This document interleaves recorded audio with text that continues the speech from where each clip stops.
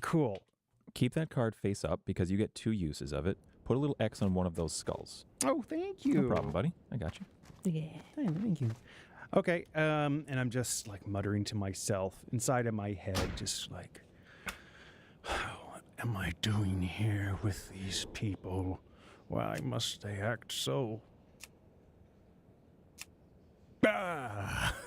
The words don't even come. Like, nothing makes sense here.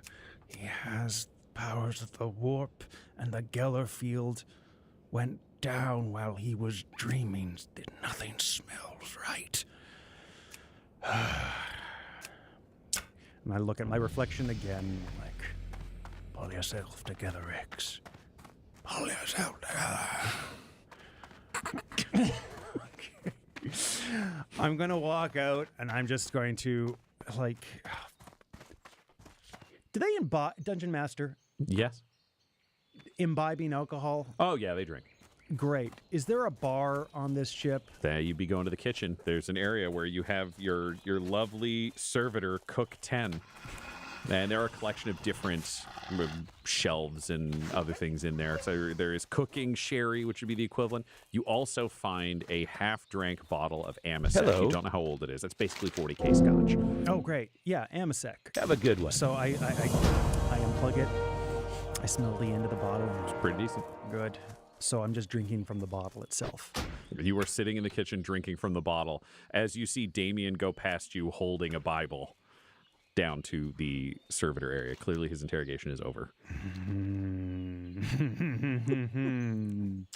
Well, I've taken probably like 2 shots worth. It does nothing really. Like, I mean, it's You're a big guy, I'm and a you're a big guy. career drinker with Rejuvenate treatments and like 87 augmetics or whatever you have. So yes, you have a very high tolerance for alcohol. You Great. can drink to the point of intoxication, but it has to be something you're consciously putting effort into. It's not like the average person where you're like, 3 shots. He's not a lightweight. 3 shots and I'm tipsy. That's not his world, but he can get drunk if he wants to. okay. Well, I'm going to ask, cook. I'd like a flask.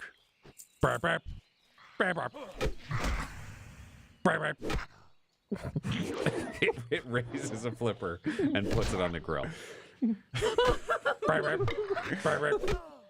It knocks 2 eggs over. It cracks them both. It starts flipping the eggs, even though they have the shells still broken in them. So there's no flask. I rolled a nat 1 for the servitor. There's no glass. It just starts making breakfast. Yeah. You like taking a bad breakfast. Breakfast. Barfed out a sausage. Okay, I'm just like, That's where they come from. where they come from. Yeah. Yeah. All right, so he's like, well, he was trying to keep this discreet, so he's like, I'm taking the bottle with me, and I'm walking after Damien. Yeah, well, Morgan Actually, would... no, sorry, not Damien. You hear a plate crash to the ground as the breakfast that's up on the floor that you didn't take. I'm not going for Damien, sorry, I want to go for Morgan. The judge is having an existential crisis about the nature of good and evil, and he just wants a drink, and he goes, and then a robot shoots a sausage out of its mouth, and he just takes the bottle and wordlessly leaves. And it drops the plate of And finished drops breakfast. a full plate of breakfast on the ground, and the judge looks so disappointed. The judge is gone. He just hears it behind him. Oh, what is this place? He's grown up he's been in 40K for 700 years. Ew. This isn't even that I guess surprising. this wouldn't even raise an eyebrow. It's just nothing. another day in hell. Short circuiting. I'm just like, I'm so taking funny. I'm taking the bottle. I see that Damien has left, so I'm gonna go the other direction. I'm not gonna follow him. I'm too ticked off. I want to just talk. You could go to your quarters. You want to go to Morgan. No, So I'm going great. with Morgan. You're going to the captain's quarters. Well, Morgan would have, after Damien left, put some actual clothes on, because apparently I'm not sleeping right now. And then she would have calmed over the microbeads to the judge and be like, Judge Rex, please meet me in my quarters. You're 5 feet from her door when this comes through. Exactly. Yeah. Open the door, please. Pushes. She's still sitting at her desk. He pushes a button, the door's open. She's just sitting behind her desk. I'm going to walk in, and I'm taking a swig. Rex will follow you. I hand it out to you. Morgan will look at it and nod. I understand the gesture, but I prefer not to drink. Oh my god! So it's like he's just like rolling his eyes behind his mask. He's like, Do you want breakfast? he's okay. So he's just like, all right, and Judge, I know you're angry with me. Please sit down. I'm fine standing. All right. I talked with Damien. During the warp incursion, he made contact with entities on the underside of the warp. He believes that he failed in his test to stop the warp from flowing through him again. And he believes that he's a danger to all of us. Does he believe he's the one who? He believes that all of this is his fault. And do you? I feel that he is a part of it, yes. Whether or not Solomon lives will determine whether or not we can move forward with its party intact or not. Why? Why is he so important to the plans of the Inquisition? This party needs to fulfill our missions. This is the group that was put together for me by the Inquisitor. I believe it was put together this way for a reason. If we cannot make this work, I don't know what repercussions that will have. Honestly, I may try and get in contact with the Inquisitor and see what his beliefs are about the situation. I recommend you do. If he ever becomes a liability again, I will have no choice but to execute him. I understand, Judge. And also, Like this, 1, 2, 3. if I end up making the decision that he needs to be put down, it will be by your hand. He takes that in and he's like, very good, okay. Well then. I feel better. Things are starting to make sense around here. He takes another like long swig. I gesture again once more. Morgan's like, okay, he was so annoyed that I didn't. She's just like, and she will take a swig even though Morgan is like, I don't want to do this. My tummy's so upset from earlier. This is the worst, but if this is going to engender him to like be happier, fine. Peer pressure. Yeah, I know. The judge is like, okay, good. This is this is a thing. This is a trust thing. So he gives you a nod via just the wryest the wryest frown, and just turns and. Judge, before you leave, I wanted to thank you for your readiness in battle against those demons. This time he will nod, but with his back to her, and then just walk out. Great. We're doing a great job keeping this party together. Great, Morgan. A+. Morgan, there is a knock on your door some minutes after this when you've resettled yourself and are thinking. And when you key in to open the door, it's Avarice waiting outside who steps in. Just, that's a dramatic time. So Yes. I forwarded your request to the Inquisition and have heard back. Damien has been approved as the backup commander of this unit. Captain Moonman. I understand Solomon is in surgery, so we will hide out in a lesser known and lesser used system to allow him time to recover and for me to troll the astropathic mediums and deaths to see what our next mission may be. Thank you, Avarice. Would we be able to send an addendum to that message to the Inquisition about Damien? I can do whatever you please. You're the interrogator. Do you want me to hear this message or should this be coded? I will exit. Okay. Sorry, right now I'm gonna think about this because obviously things are way different than they were a few Correct. episodes ago. A few short minutes ago. Yeah. Yeah. So it's like I feel like I could completely rescind that. Mm-hmm. You did as you asked and made Damien the commander of all the Inquisition. the whole thing. Yeah. And he has Lord superpowers. High Inquisitor. She'll look at Avarice. That was an order that was mission specific. That mission is now done. Please rescind that order. Oh, no. I apologize for this mistake. This was clearly my fault. I should have made things more clear. I accepted instructions from closet like a fool. I will not fail you again, interrogator. This is tremendously embarrassing. I will make it completely clear that it's my fault. I do appreciate that.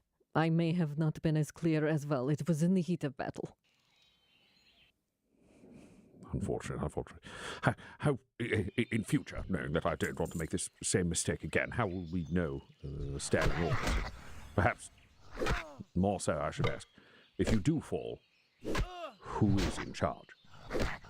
If I do fall, I suppose it's most important that you get in touch with Inquisitor Valentine.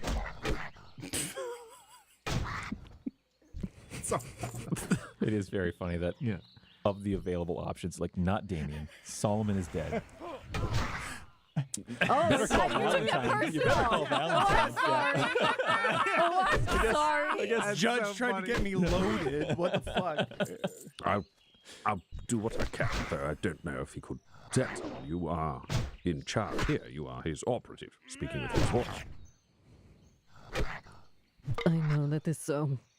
Perhaps we'll wait until the results of Solomon's surgery to see who your choice is. We have some time. Yes, we will have to wait and see how things develop here. Understood. So sorry, mistake. Entirely my fault. Thank you for trying to assuage my ego, but this is the kind of mistake that landed me in this circumstance. You're dismissed. 'Cause Morgan has like a momentary where she's like, should I try to make him feel better? And she's like, I can't do it anymore. Get out of here. And he exits. And you are left alone, Morgan, realizing that there is no one on this ship who can keep this group together. There's no one on this ship that you trust to complete these missions. You truly are the only one that Valentine can count on. And you really, really hope Brother Solomon survives his surgery. This episode of Agents of the Inquisition features the voices of players Del Borvik, Guy Bradford, Josh Halbert, and Tyler Hewitt, alongside our Dungeon Master Ryan LaPlante. This episode was edited and mixed.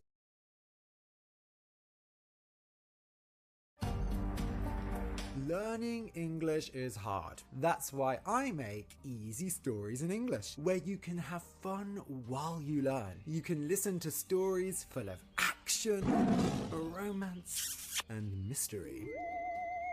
Each episode, I tell stories for beginner, intermediate, and advanced learners, and there's a story for every mood. Whether you want something to wake you up or relax before going to bed, Easy Stories in English is the podcast for you. It's a challenging midnight on the Lucky Strike. After the perils of the warp, the re-attention of the demon Kestrel that has haunted you before, Damien, demons strode the walkways of this ship, and one of your own was struck down. Brother Solomon Gale has been in furious surgery where you, Morgan, had decided that removing the biological legs of your prisoner, Talos Ivo, and giving those to Brother Solomon was the right move instead of giving him an anti-grav waistcoat, one might say. There was also tension amongst the group. Judge Buchanan Rex, very eager to perhaps execute Damien Proxima for his association with this Gellerfield event. But Morgan, you managed to stop that, though you rescinded your order to leave Damien logged as the backup commander should something go wrong on this mission. And you were waiting, with Damien himself reading from the entire lexicon of the ecclesiarchy into the surgery room where Brother Solomon Gale has been under the knife, the mechadendrite, the augmetic hands of Closet, your resident Adeptus Mechanicus. It has been several hours as the surgery continues. Brother Solomon, you have been semi-anesthetized. You are still under the effect of warped dreams as this surgery is taking place. Can you describe the nightmare that begins for you during this first of 3 sections where each of your compatriots will be rolling 1 die each for Closet to see how your surgery goes? I'm really sorry about this, Josh. No, it's good. This is all part and parcel. Is this this is like This is a Warpfield Nightmare Warpfield Nightmare, Brother and Solomon. it's 3 separate. We're going to do 3 separate nightmares because we're going to do 3 Sure. separate rolls. So this is just where you start. You just came out of combat where you were battling to save Jericho, but you were also under the influence of demons. Sure. Before all your food turned bad inside your stomach, you vomited it up and died. standard Tuesday. As he's fighting, he only came to at the end of that fight.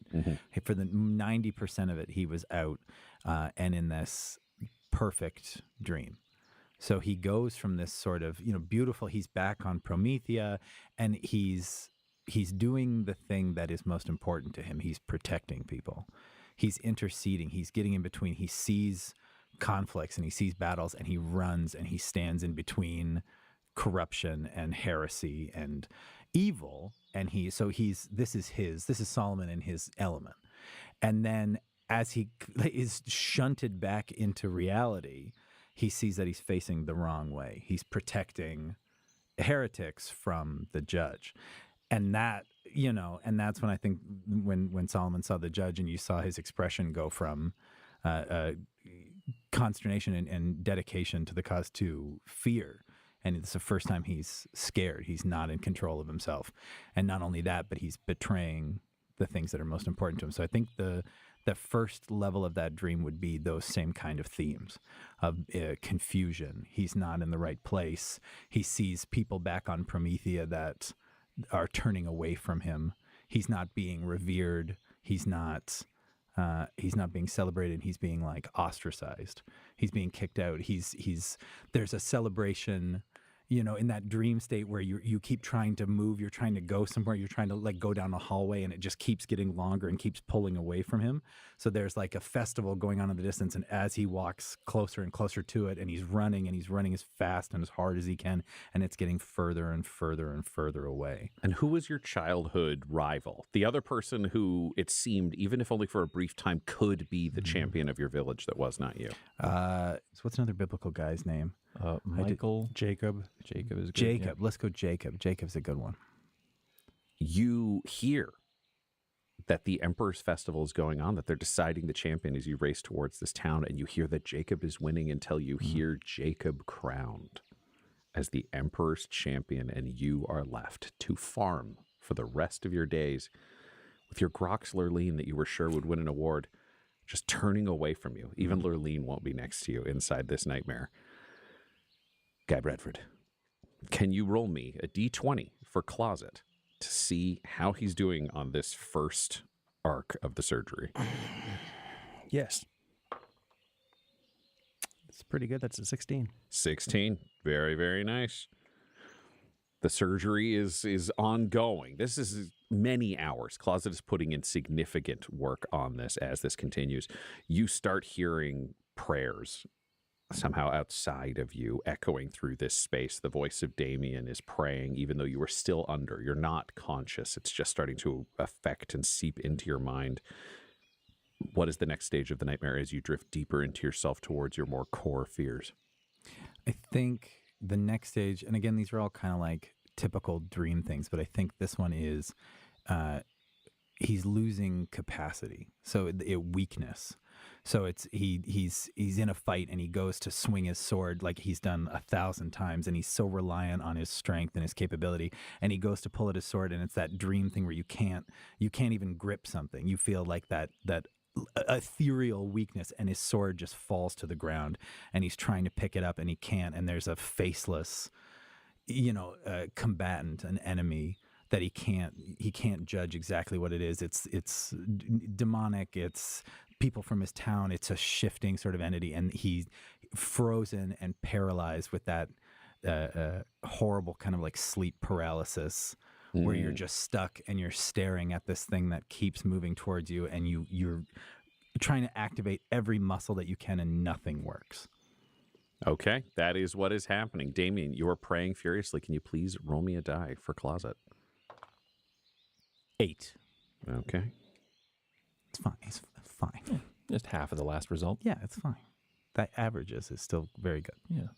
Pain is increasing around you as you don't consciously know, but unconsciously, the saws, the knives, the nerve stripping, it's moving deeper to your core, closer to your brain, up your body as this process continues, as this multi-layered, incredibly intense biological machination occurs from closet, and you drift into this third and even deeper dream state, closer to the core, closer to those fears. What is it? I think this would be all about like his like personal tenets, like his oaths. This is and more like direct sort of warp incursion. So this dream would be demons. This is those Slanesh demons, all the different forms that he's seen, the corn demons, and him surrendering to that, betraying the, he's because he's weak and he's scared and he's not able to fight, he's giving himself over to.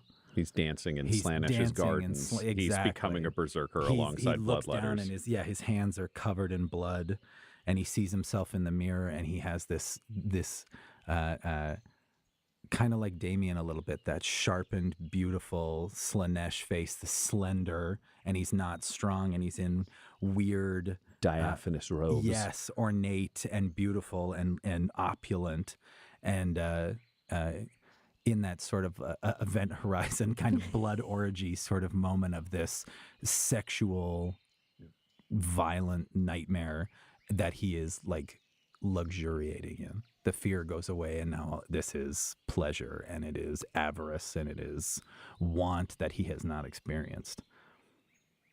All right. Del, roll me a d20 for closet, please. I don't want to. Let's see a Come on, real baby. naked avarice in this dream. Huh? Oh, yeah, that's avarice. 12. Okay. That, Damn. right in the middle. We're literally splitting Yeah. the difference, yeah. Good average. What's he writing there? I'm running the math on exactly how this affected the system based on the rolls and based on the surgery that is forthcoming. You find yourself staring in this mirror with this blood, with these robes, with yourself luxuriating in this darkness with this new face. And that's when you reach forwards and you rest your hands on either side of the mirror. And as you look, you can see that they are your hands, and you can see your reflection in the mirror, but then standing over your shoulder is this perfect figure, this beautiful aquiline face. They're stronger than the demonettes you've seen. They're more present. They're more threatening. Their hair pulled back in just a glorious top knot. Beautiful. You said you loved Mary, so very similar to the body of Mary, just in the build, in that type, in that perfect attraction. And behind you, they just say, the perfect son deserves the perfect father. You can be a champion of so much more. You can be so perfect. Just know the imperfections that may be forced upon you can be fixed. They can be. You can be glorious in the same way again. Until then, tell Damien Kestrel says hello. And you jolt awake. Morgan, you are present because you have requested this. Damien, you are also present, now allowed into the room, able to keep reading, to finish this book. It has been that long for you to be able to burn through these texts aloud as a holy challenge, a trial over these. But the one form of gifted you have always been, even historically, is in terms of willpower and delivery. If you need to read a book out loud for 4 days straight, you can do that. And in this case, you did. Can and have. Yeah. Yeah. Judge, would you be present for this awakening? Yes. Judge Rex is also present. Rex, too, is there. Brother Solomon Gale, you find yourself jolting awake and seeing the world differently around you. Your body hurts and aches, but there's a twitching feeling to it and an electric feeling through your system, just something jolted and off, as though you'd stuck your finger in a light socket and you're waking up 2 minutes later. The cause of the electrical feeling is gone, but you are there. The first thing that you notice is that you are seeing the world in 2 different colors. Your left eye is seeing it as you normally would, but your right eye is grainier. The contrast is high. It is taking a moment longer to focus. It looks more like the vid screens that you have seen, and everything is in a shade of green.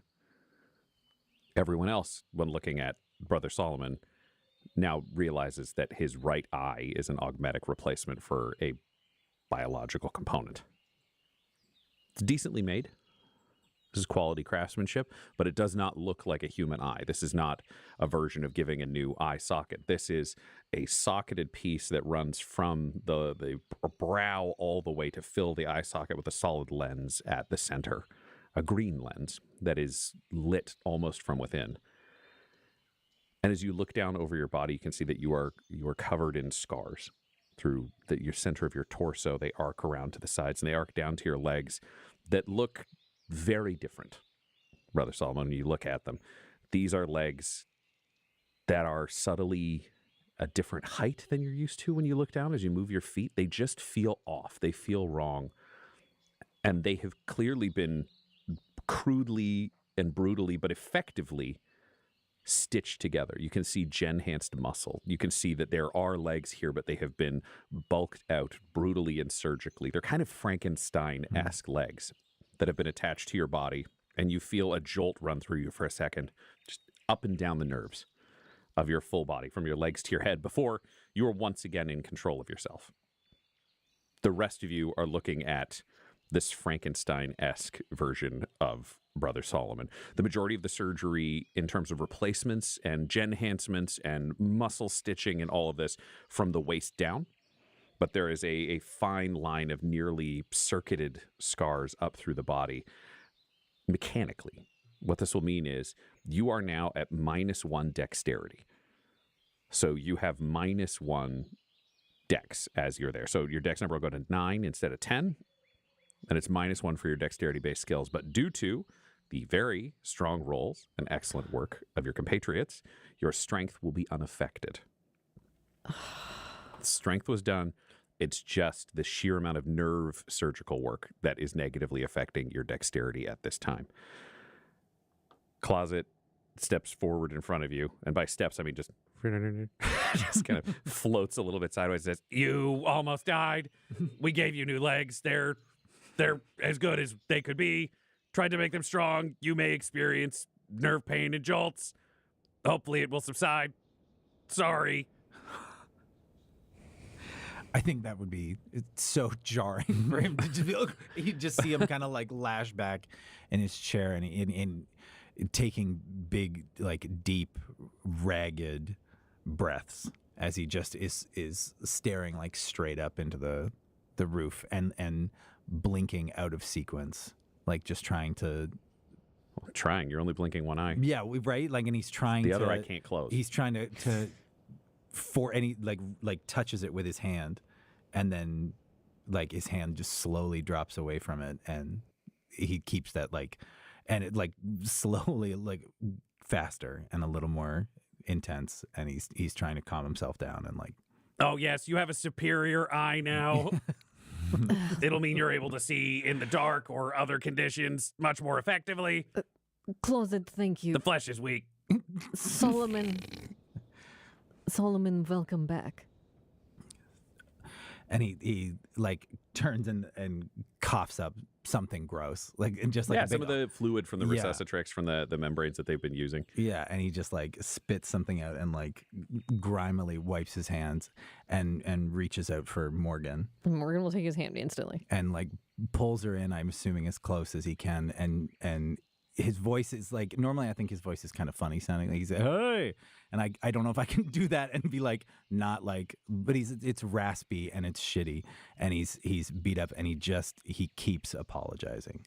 He keeps being like, I'm sorry. I'm sorry. I was not ready. I failed you and I failed Damien and I'm so sorry. And he like gets you as close as you can get to his face and he goes, I will prepare better. I will be ready next time. Morgan's just gonna lean down against him, and it's like forehead to forehead. And this just, for hearing this from Damien as well, and like it absolutely cuts her to the core. Like Morgan has spent a lot of her life not feeling affected by people and not feeling affected by any of these things, and I think it's like finding faith and the feelings that this man brings up in her because of that, and then for instantly him not to be upset or to like upset by his circumstance or angry at her or even at Damien as like we anticipated. It's just like you could feel wetness on your forehead because she's crying a little bit on your head, and she's just, next time you will be ready. We are glad you are here for a next time. Next time I will be ready. And he'll just keep repeating that until he's like slowly kind of passes out. Morgan will sit back up and look at the rest of them.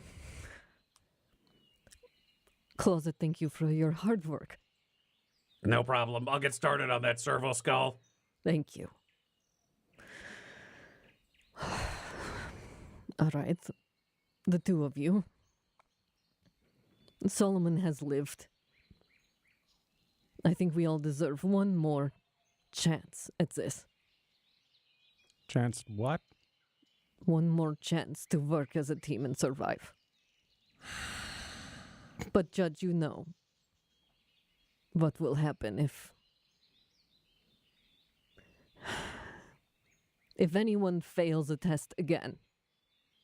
He nods very slightly. I won't fail to fix the servo skull. Closet, thank you. Yes, you've been doing wonderfully. Closet, you've been here the whole time. Where is that Talos Ivo? He must not be too happy with losing legs. He's in the corner recovering. And he points over, and you can see Talos Ivo's hands are chained up to the wall. He is just a legless torso with the same circuits of scars through his chest and body. He has like basically a metal groin replacement structure, but no legs. His arms are extended above him. He has extendable robotic elbows. If you remember, that was his alteration. So his arms are extra extended over him, and he is passed out. He has one augmetic eye, and he is there with just missing the lower half of a person unconscious. I'm gonna go over there and just like inspect him. Just give a once over, just see what happened. And I'm just actually, from having been under the knife myself a few times, it's just interesting to see it done now to a Mechanicus who I'm not very familiar with, and seeing how this works when grafting it onto a human as like Solomon. So he's not trying to be weird, like he's not like poking. No. This was a circumstance, and if you remember, Talos Ivo was in the majority human norm. Like he had replaced his elbows so his arms could be extended, and he had an augmetic eye, but the rest of him was human biological, which is very odd for a Mechanicus to begin with, who isn't ultra junior. Generally speaking, the flesh is weak is a belief of that organization. They're like, the faster you can get rid of flesh to replace it with machine, the better. But he has not done that. However, he now just has less flesh. Morgan's going to turn and look at Damien. I was concerned when Solomon woke up how he would feel. But he seems that he feels he has failed his test also with that warp incursion. I ask that you look out for one another, protect him. I will. That will be part of your penance for this happening. As you wish. It is what I wish. All right. And then Morgan's just going to get up and leave. We're going to need like a week to make Solomon better.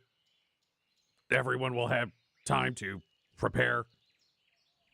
Understood. I will call everyone for a meeting when I'm ready. She'll just leave and go And back to her off you quarters. go. And this is the circumstance under which you find yourselves waiting for clearer orders and taking time for Solomon to recover.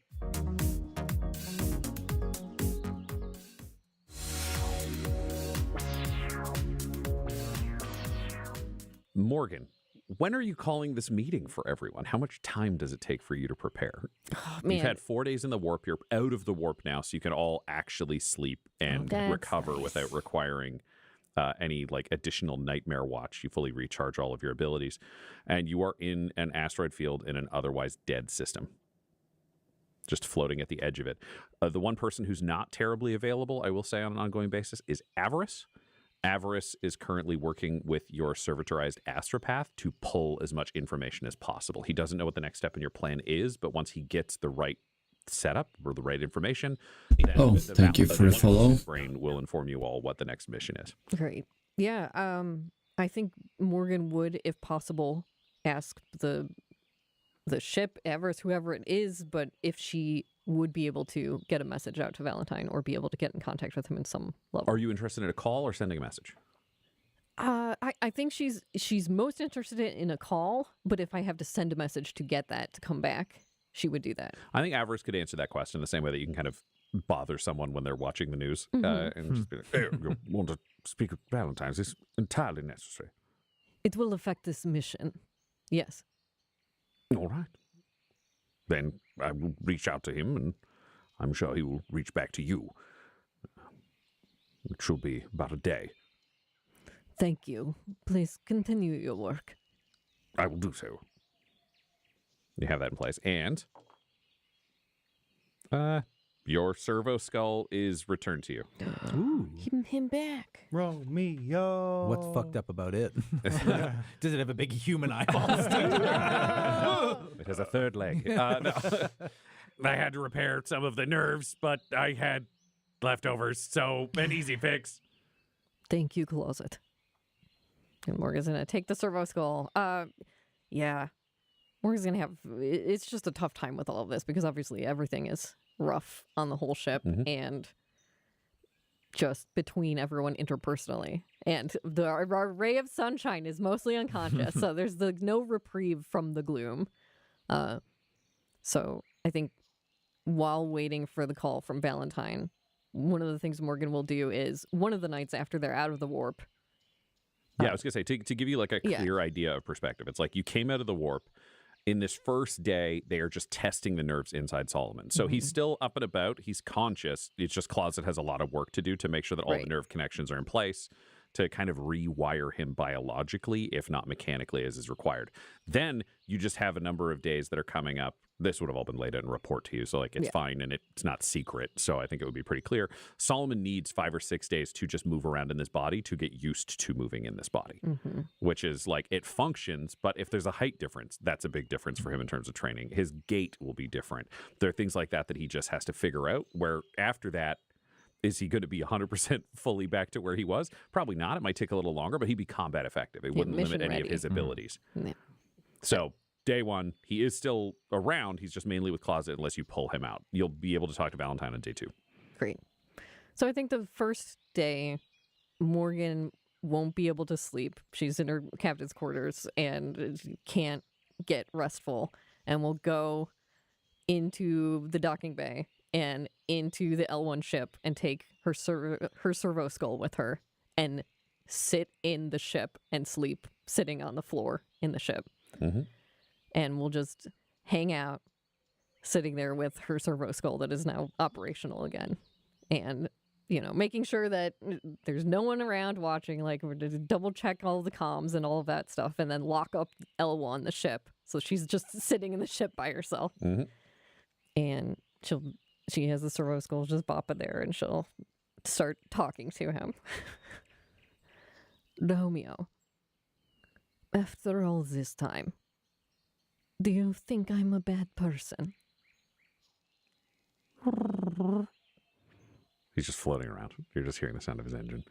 Of course, but you have a different opinion of me than everyone else.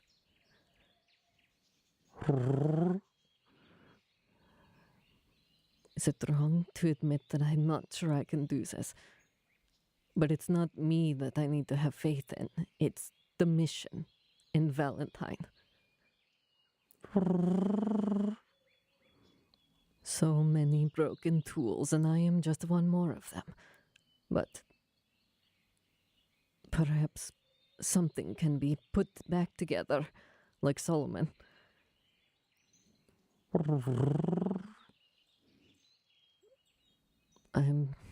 I wish I knew more about how to fight the warp and how to deal with this heretic and psyker and the judge. It's just...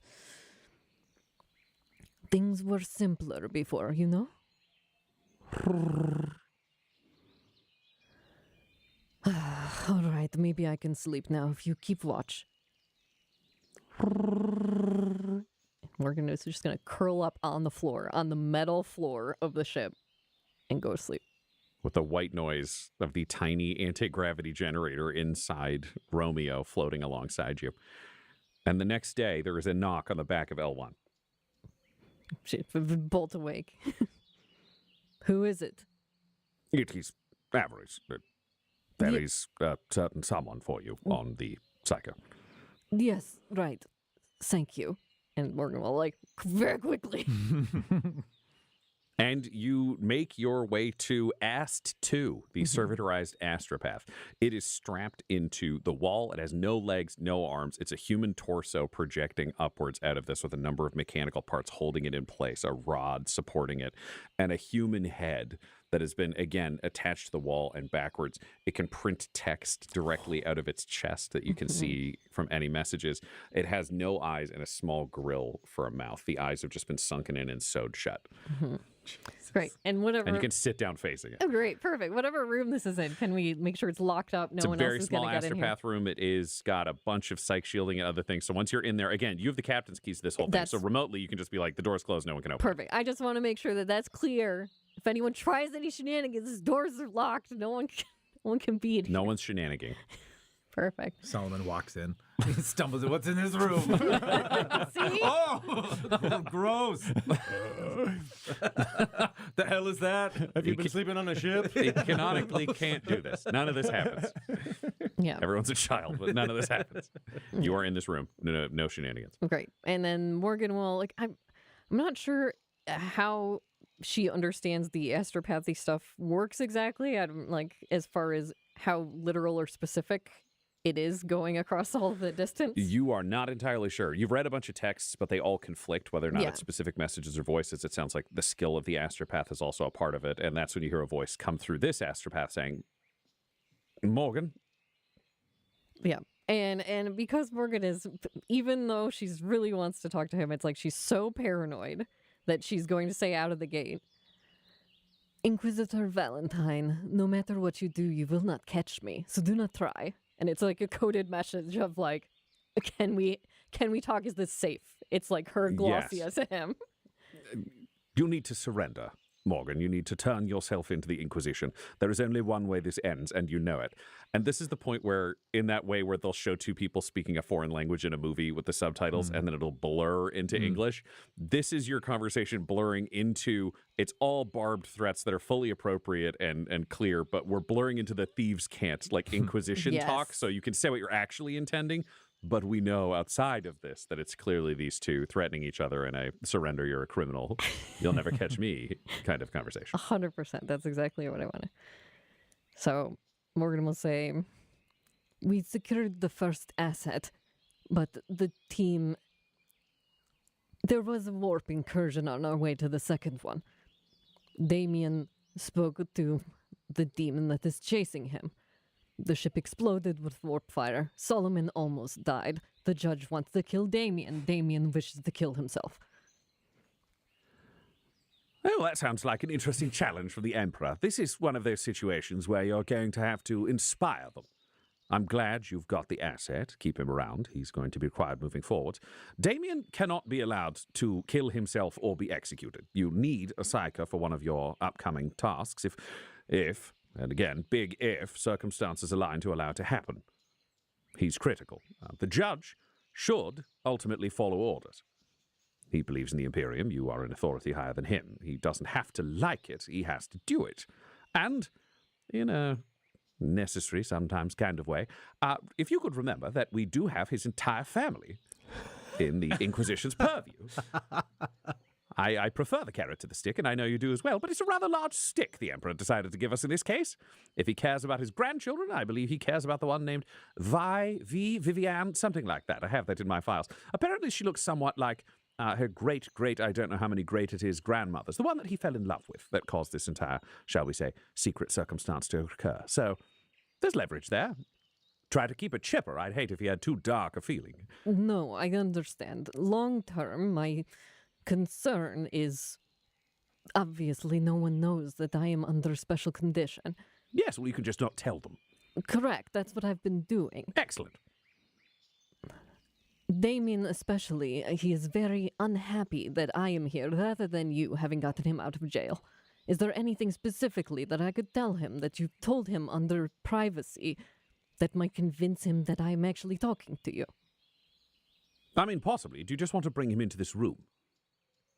That's an option. Yes. Well, I'm here. And then she's going to come over. What is this room? This is the Astropath's quarters. So it's a separate room unto itself. Very, very small, as you can imagine, because it's this floating guy and people just pull the tape off. It's been writing down what he's been saying underneath until you deactivate it at the start of this conversation. Perfect. Damien, come to the Astropath's quarters right away. And in very short amount of time, you hear Damien's knocking. And she will unlock it and then gesture him to come in and then lock it. Inquisitor Valentine, Damien is here with me. Excellent. Damien, I understand that there are questions about whether or not my authority has been passed on to this one. What can I do to assuage you? Now, we are entering kind of a unique situation where have you two broken from your glossia? Mm-hmm. Okay. Because I don't know that Damien knows So you how can to hear speak it, that right? way. Yeah. Yeah. Yes. Okay. No, Valentine has broken from it for this conversation. Yeah. Okay. Actually, no. What I would think is Valentine would have taught this to you as an inquisitorial operative. Okay. So that's valuable to him. So he could stay under cover because he wouldn't risk breaking cover for this. But you can actually have this conversation. So you just enter and you hear like, Damien, you arch heretic, you've escaped an inquisitorial prison and will be burned to death. Surrender in the name of the Ministorum. Which to you translates to like, hello, Damien, nice to see you. Clearly, it's a glossy conversation. Okay.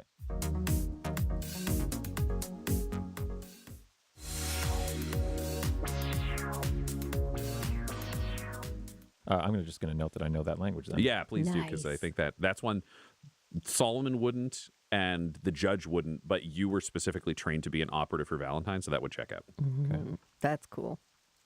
And just a moment of like, he's been, I think, in a little bit of a fugue state. He threw himself into penance and repentance and doing what he was told. Because I think that's probably a more like instinctual or like reflexive safe place kind of thing. Yeah, absolutely. Coming up in the ecclesiarchy is like an authority figure has told me to do something, I will throw myself into doing it. Yeah, kind of yeah, thing. and like even hard work. questioning Hard Morgan- work is service to the emperor. Yeah. Service to whoever is in charge is service to the emperor. Like it is a holy right in that they also hit you with sticks when you don't do it when you're young, kind of way. So it's a bit compulsive at this point. Yeah. But you just like just his eyes flutter and like a little bit more like kind of like life comes in when he like stands tall again. He's like, Valentine. Yes.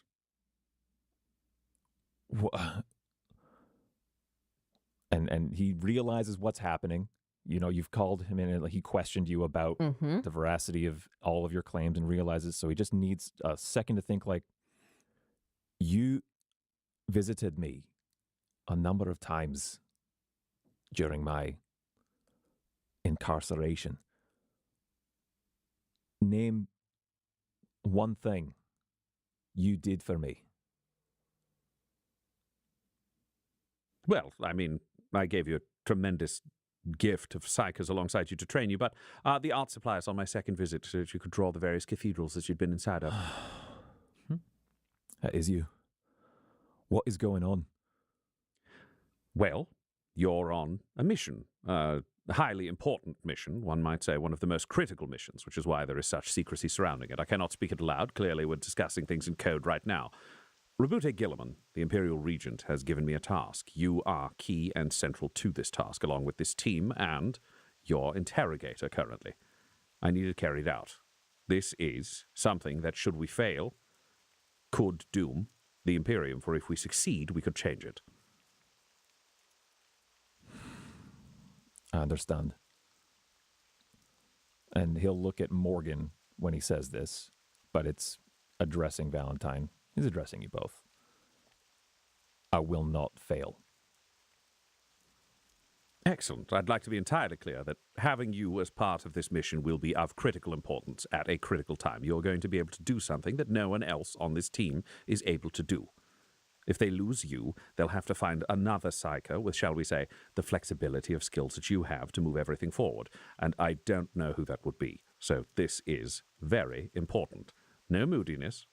We're not playing this game. No more childishness. It's time for you to be a professional. And that brings the more of the impetuous kind of, he's just like again, like the shoulders drop and the eyes were like, oh, just Dad. But I'd like to be clear, this is your chance to prove that you are an asset to the Imperium and you have the makings of an Imperial hero. Using the darkness to fight the darkness is the exact job of the Inquisition.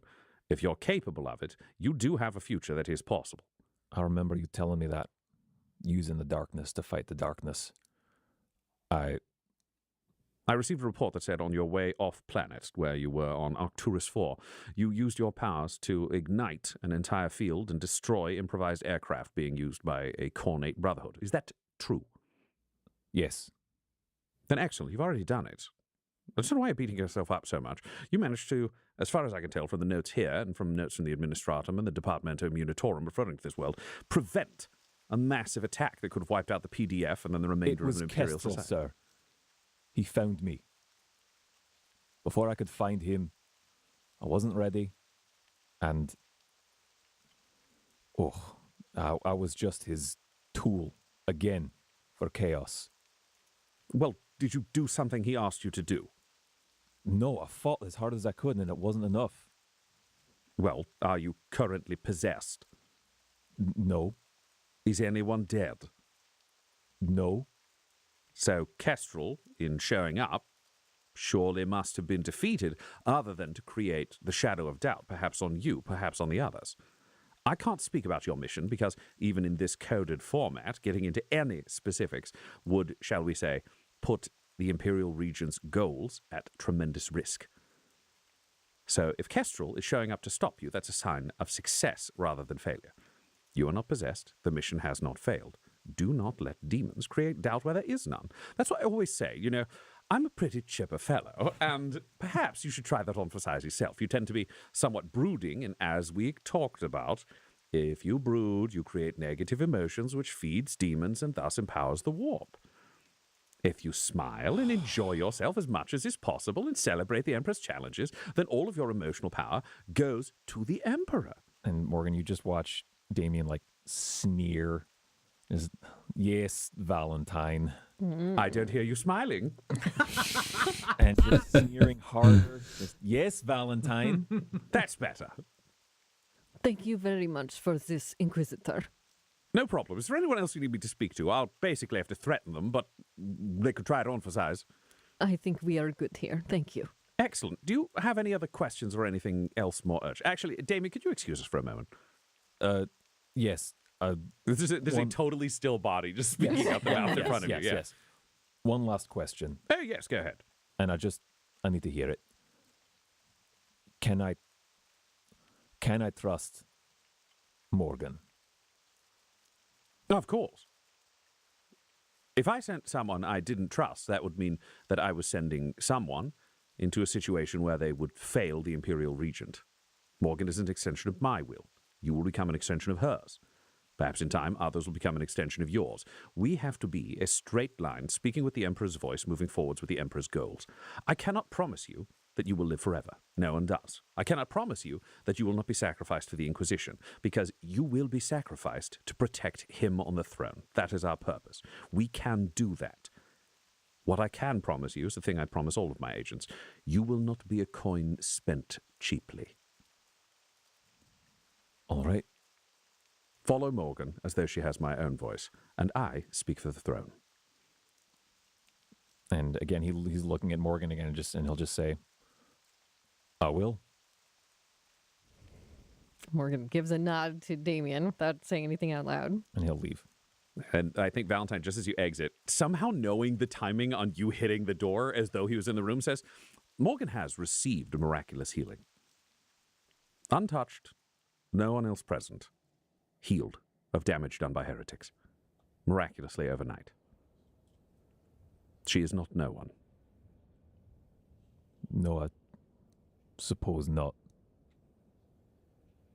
And then he'll just fix a, maliciously compliant grin to his face and walk out the door. Oh, Morgan can't help but smile at that. That's great. That's lovely. That's fun. And the hatch closes behind him. Valentine says, obviously you've been unsure. You've been rocked by these events. Kestrel didn't make it onto the ship. I'm hoping you've let Talos Ivo increase your Geller field efficiency. Once the warp incursion happened, he had to fix it. Excellent. Just try to keep him as happy as possible. He can maintain your Geller field on an ongoing basis. I trust him with that. He has no actual warp inclinations. He just has a skill set that the Mechanicus finds, shall we say, problematic. I see. Well, I will endeavor to cheer him up again. We had to give his legs to Solomon to make him not die. Oh!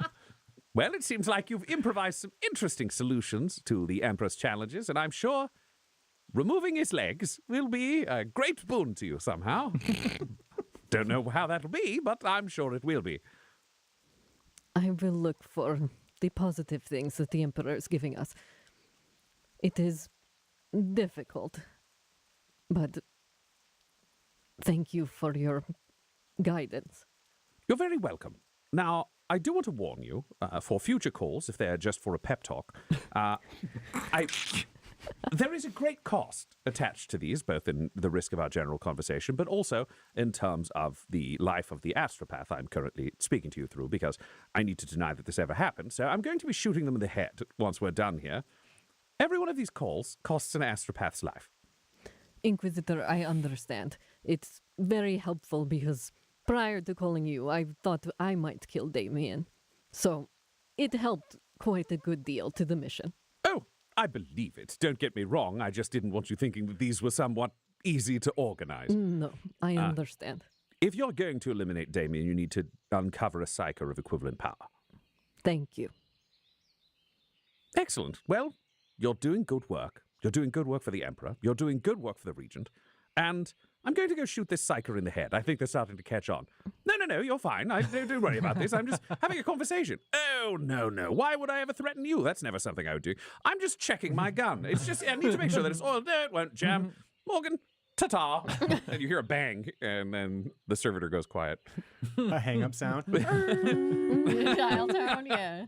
Perfect. Morgan is going to just take a minute sitting there and is looking through this printout that she's going to keep and then put into the full file that she's been working on and then destroy the hard copy of. All righty. And you do that. Is the astropath on our end just sweating? I mean, yes, but that's due to a lot of missing internal organs. Sure, okay. So, Morgan, you take a copy of this conversation. You have it with your file. You destroy the original so that it's all gotten rid of. You have buoyed Damien. Mm-hmm. You know, Solomon needs time to recover. The judge is someone that you've now been reminded you have leverage over, but Right. that can be used in many different ways, not necessarily the carrot or the stick. There's an option of a carrot. Yeah, and I think it's good to hear that cold logic from Valentine because she's been so focused on the carrot of I want these people to personally like me and each other. That has been her goal. That realizing, okay, it isn't just get them to like me or nothing. It's get them to like me or otherwise find some way to force them to do their work. And she's like, I'm going to continue down the path, hopefully with Damien not looking at her like she's some kind of criminal, that might put some oil in these gears.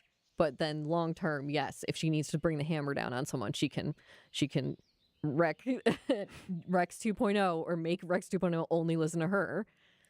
She can really pull the hammer down with the judge if she wants to threaten his family.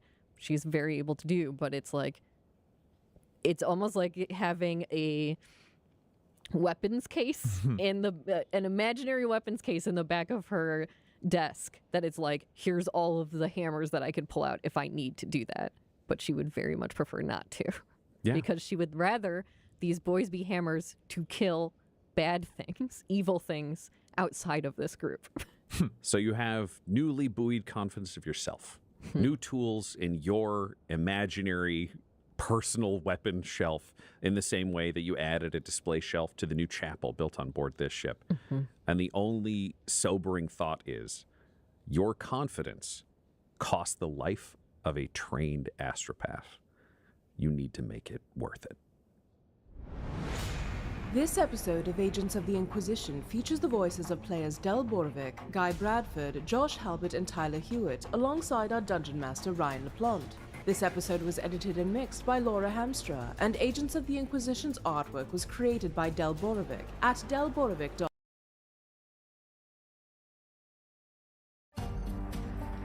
Learning English is hard. That's why I make Easy Stories in English, where you can have fun while you learn. You can listen to stories full of action, romance, and mystery.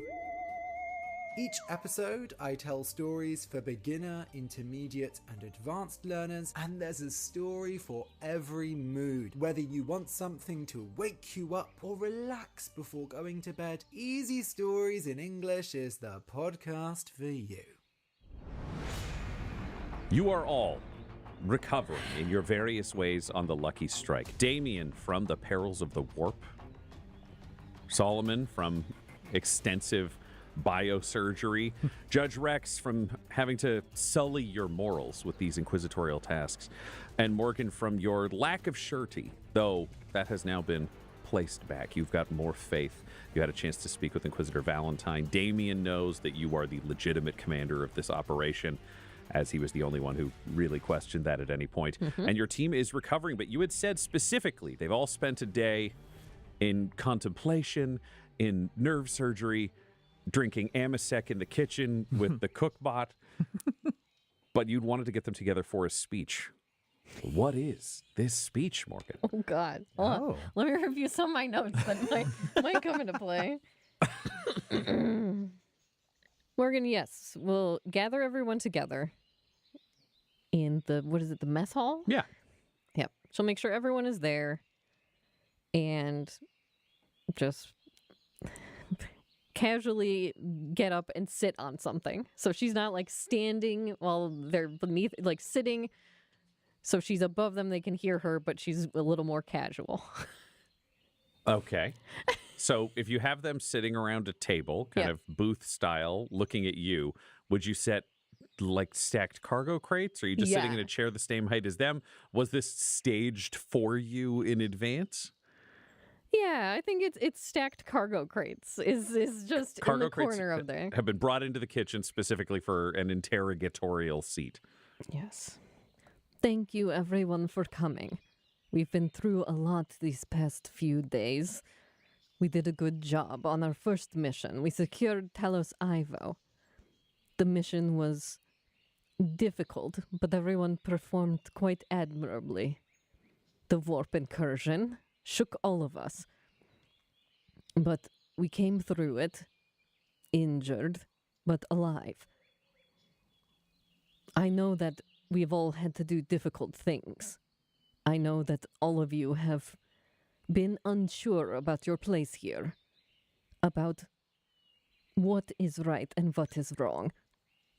I want to assure all of you that I will do my utmost to protect all of you. Sometimes in the Inquisition, we need to do despicable things in order to protect other people, to set the Imperium on its course. That is what we are doing here. I know between the cultists and the warp incursion, it is difficult to continue to have faith, but I have arranged the chapel in one of the rooms here. I ask that each of you take something, that has meaning to you and put it in there. I know we all come from different backgrounds and walks of life, but I hope that we can all bring those things together and support one another. Considering we do not have a priest on board this ship, I would ask our most holy member, Brother Solomon Gale, to please lead us in prayer and let us know what he thinks would be pertinent to continue to bolster our faith. Solomon? How far along in the healing journey is Solomon at this point? He's still in the tank. I just want to know as far as like my overall mobility. You are able to move now. Okay. This is the second day, so the nerves themselves are in place. You're still getting random jolts, but nothing's misaligned. Nothing's unattached. You're just getting used to this body. You can get around. You're clumsy, essentially, which you have not been, but it's a vast improvement from where you were. Okay. I think Solomon, he'll stand up and kind of come around to where you are, and that same kind of thing. Like he's shambly. He's not as he maybe like clips the edge of the tail. Sorry, and he's still a little raspy. And he goes, yes, Morgan, I would be more than willing, as long as that is all right with Judge and Damien, that I may read from Ezekiel's, or perhaps, Damien, you would prefer if I read from what? I mean, there's the Ministerium Bible, the Lectitio Divinitatis. It really depends on the kind of text that he's carrying. You also wouldn't know the name of the book he's carrying. Sure. Okay. Yes. So perhaps, Damien, you would prefer if I read from your prayer book, if that is something you felt comfortable with. I would. Sure. Here. Take this. I want that back. Of course. Yes, and he like looks at it and he's like internally, there's so many pages. that he's like, he just and there's he skims through it just ever so briefly and a little like, oh my God, this is gonna take forever. But then I think he would he'd find he'd take a quick flip and find something that looked like a relevant passage, and he would just he'd start rattling off unfamiliar prayers, but with a sort of genuine curiosity. Like as he reads, he'll get down to a passage and be like, oh, well, that okay, all right, well, yes, all right, you should do that. That's very interesting. And he'll lead you guys in a prayer. Can you roll me a religion? Sure. The Aki way. That is a natty 19 plus 4 for a 23. Nice. You pick something that is perfectly in tune with this moment as you read through 3 different passages. What is the theme of the passage that speaks to you, Judge, that he has picked out perfectly? Oh, that mercy is for the weak. Fabulous. Damien, what's the theme of the passage that speaks to you? I think it's like suffer not the heretic. Yeah. Perfect. What theme of what passage speaks to you, Morgan? For Morgan, it's the Emperor gives you exactly what you need.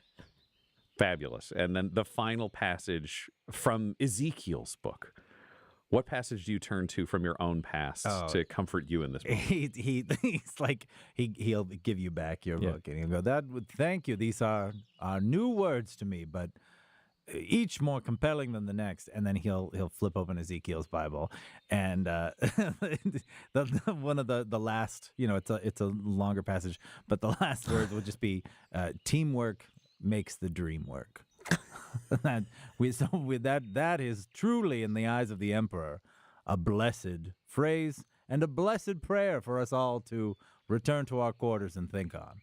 Yeah, and Damien's trying to be on his best behavior, and like his eyes are closed, and like his hands are like, his fingers are interlaced and folded together, but just like this deep furrowed brow as he just like is like.